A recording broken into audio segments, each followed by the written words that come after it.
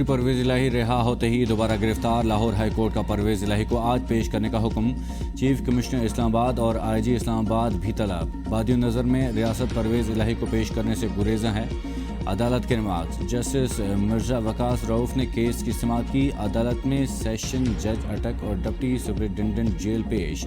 Session جج نے عدالت کو بتایا کہ پرویز الہی اٹک جیل میں نہیں، انہیں بیماری کے باعث پمز ہسپتال لے جایا گیا۔ پرویز الہی کو پولیس لائن اسلام آباد منتقل کر دیا گیا۔ عدالت نے سی پی او اور ڈی پی او کو شو کاز نوٹس جاری کر دیے۔